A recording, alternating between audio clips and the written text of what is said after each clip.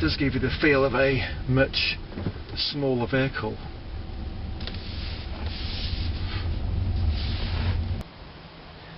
Now, in my humble opinion, this 1.2 turbocharged unit from Peugeot is the most exciting engine to come from PSA for years, and there are many reasons for that.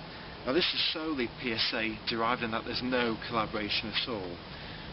The fact that it is an aluminium engine that weighs 80 kilograms, that is roughly about my weight, apart from the cast iron cylinder liners, and of course this is turbocharged to 130 brake horsepower. That's quite incredible, bearing in mind it's a 1.23 cylinder.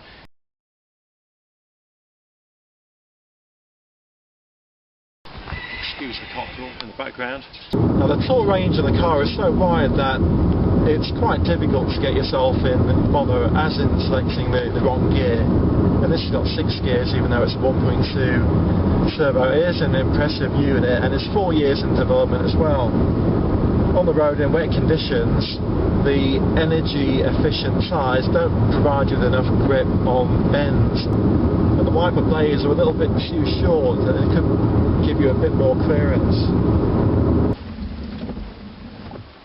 The gearbox, and make no apologies here, Peugeot, is archaic. To use a motoring cliche, it's clunky. Simply, the gear stick is too high and the space between gears are too wide, so it's difficult to get a quick gear change, and that really is a big letdown. That's something I've mentioned before on Peugeots and Citroëns of the past.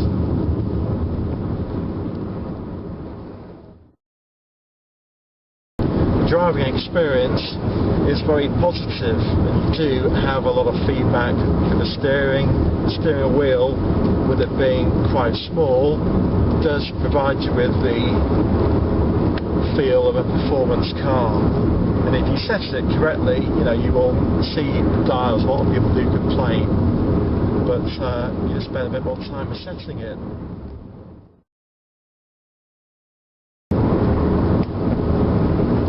I can't grip my knob, the lumbar knob that is, just hasn't got enough teeth on it for me to get a good grip for my lower back, that is.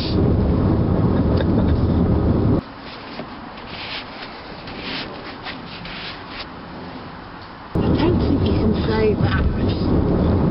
Some rear passengers might complain about the rear sill because it is quite wide to get your leg over, and the loading area doesn't fold entirely flat.